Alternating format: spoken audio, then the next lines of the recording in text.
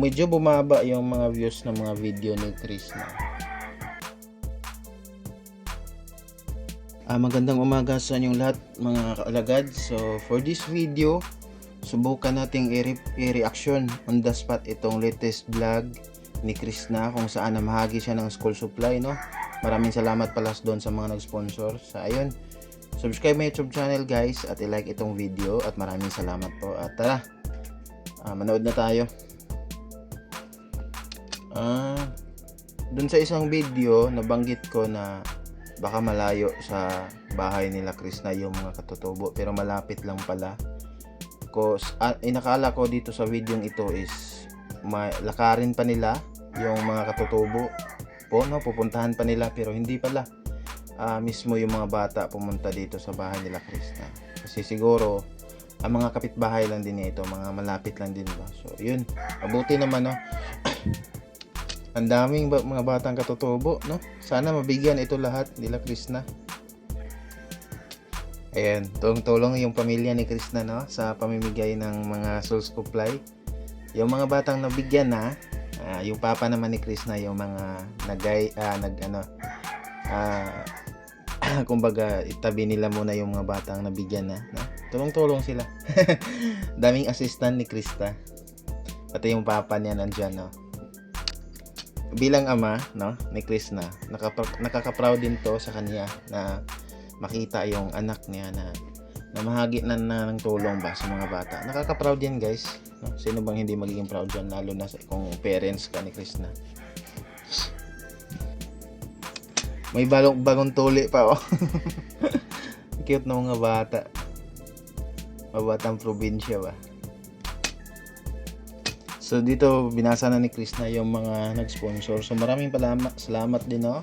Bilang isa sa mga kaalagad ni Krishna at viewers, masaya tayo kasi may mga taong mga kaalagad na handa talagang magpaabot ng tulong para sa mga ganitong mission ni Krishna sa pagcha-charity niya, no? So mabuti na lang dahil may mga kaalagad din na may mga hanggang ngayon may sumusuporta pa rin kay Krishna na may kaya ba, no? Na may kaya, may kayang hugutin sa bulsa, no? May kayang ibigay.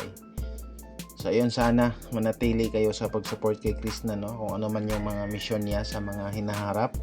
Alam naman natin na nagsisimula pa siya sa pagcha-charity. So sana yung mga ganito mga nag-sponsor is i-bless pa kayo ni Lord. Kasi ayun, deserve niyo pong i-bless kasi nagbahagi po kayo ng tulong, no? Sa ginawa niyo tulay si Krishna nang sa ganun mapaabot niyo yung tulong niyo at mabilhan ng school supply ang mga bata. So again, maraming salamat sa mga sponsor. Bilang kaalagad, nagpasalamat po kami sa inyo. Tama yung sinabi ni Krishna, no? Na dapat talaga kayong pasalamatan yung mga sponsor kasi sabi ni Krishna, kung hindi dahil sa inyo, hindi sila makapagbigay doon sa mga bata. Which is tama naman kasi medyo maliit pa din yung YouTube channel ni Krishna. At medyo nalungkot lang ako ngayon kasi napansin ko talaga na medyo bumaba yung mga views ng mga video ni Krishna. So sana walang mga kaalagad na tumigil sa pag-support sa kanya, no? Sana lang tuloy lang at yung pagliit ng views sa kanya mga video sa mga bago nilang upload, napansin ko talaga na lumiit yung mga views. Sana lang yan dahil lang sa may mga araw siyang walang upload. Kasi minsan kasi sa YouTube po yan siya guys, kung sa Facebook ba mayroon siyang dashboard din, pero dito sa YouTube ang tawag YouTube Studio. Kapag may mga ilang araw kang hindi naka-upload, parang bababa din yung reach ng video mo. So siguro may mga kaalagad ni Krishna na hindi sila marunong or hindi talaga nila i-search yung pangalan ni Krishna dito sa YouTube para i-check kung may bago bang upload, no? So siguro kaya marami silang na-miss na mga video ni Krishna. Kasi nanood lang sila ni Krishna, depende na lang kung madaanan nila ito sa kanilang pag-open nila sa YouTube, madaanan agad nila ito. Kaya ayun, mapanood nila. So sana kung may mga ganun mga kaalagad, so sana matutunan din nila na i-search talaga mismo sa, ayan, dito sa search bar yung pangalang Peking Koreana. Nang sa ganun, ma-check nyo talaga kung may bago siyang upload. Nang sa ganun po is, mabalik natin yung mga matataas na views ni Chris na noon, lalo na yung mga last month na mga video niya, mga kagaya doon, no, na nag-maximum talaga sa 90,000, 80,000, medyo yung iba umabot ng 100,000, no, kahit nung wala na siya sa PB House, may tumaas pa rin yung views niya. Pero ngayon nga napansin ko medyo na talaga, mababa na, no, bumaba siya. So ayun guys, sa mga kaalaga dyan, i-search din, i-check nyo, baka may mga hindi pa kayo napanood. So ayun, no, may mga sobra pa pala doon sa school supply. Akala ko kukulangin nung una kasi pansin ko madami yung bata. So ayun, madami din pala itong binili nila. So may mga sobra pa nga. So ayun, mamahagi pa daw sila ni Chris na doon sa Damilag at kung may madaanan silang mga bata, no. So ayun, marami pala itong school supply, no. Mabuti naman para nang sa ganun madami din yung mabahagian nila ba. May nadaanan silang mga bata, 4.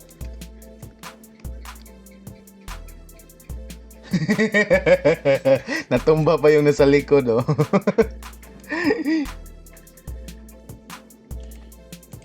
Nabutan na sila ng ulan. Ito talaga yung mahirap kapag nasa bukid kayo, nerahan, tapos yung kalsada hindi maayos, maputik.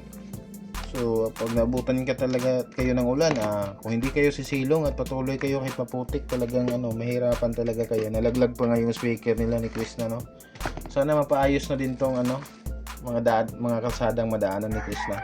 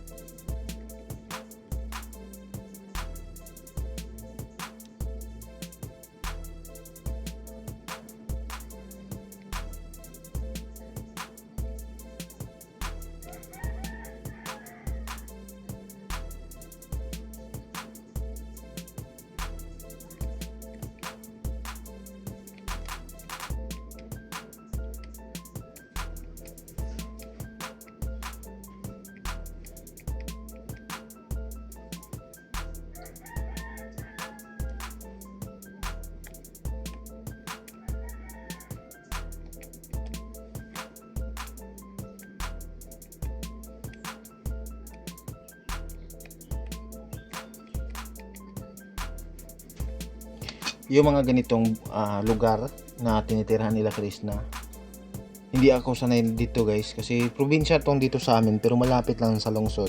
At may mga time na pumunta kami dito sa bundok din sa part ng lugar namin dito sa Cebu, yung bukid talaga.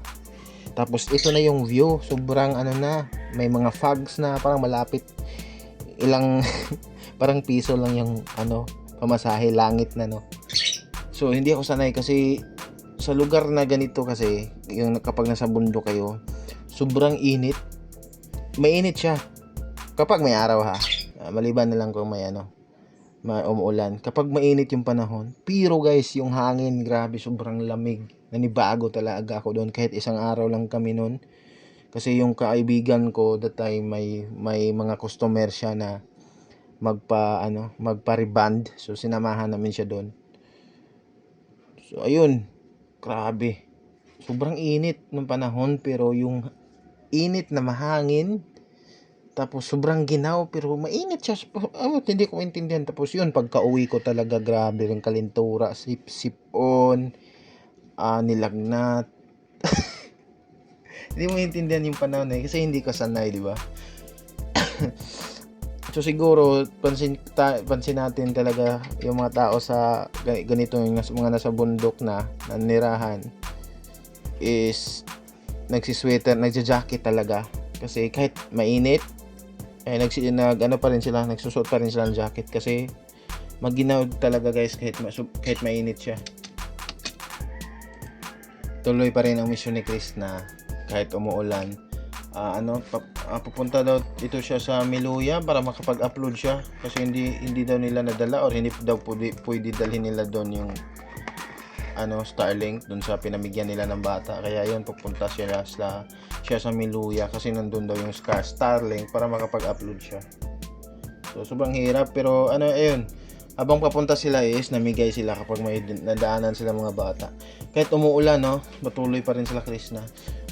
Hindi man sana sumilong na lang sila. Pero ayun nga. Game na game naman sila kahit umulan na. May naman yung kapatid niya, para hindi mabasa. So ayan, tapos ko nang pinanood itong vlog ni Krishna, no. Ayun, nagbasa na lang ako ng comments. So ayun, maraming nagpasalamat dito ng mga kaalagad sa mga nag-sponsor kay Krishna, at syempre humanga naman sa mga successful na ni Krishna na pamimigay ng school supplies. Yun, support natin, no, mga kaalagad. Wag po tayong tumigil sa pag-support kay Krishna. So ayan, for this video, maraming salamat sa panonood. God bless. Subscribe my YouTube channel at i-like itong video, at maraming salamat po, mga kaalagad.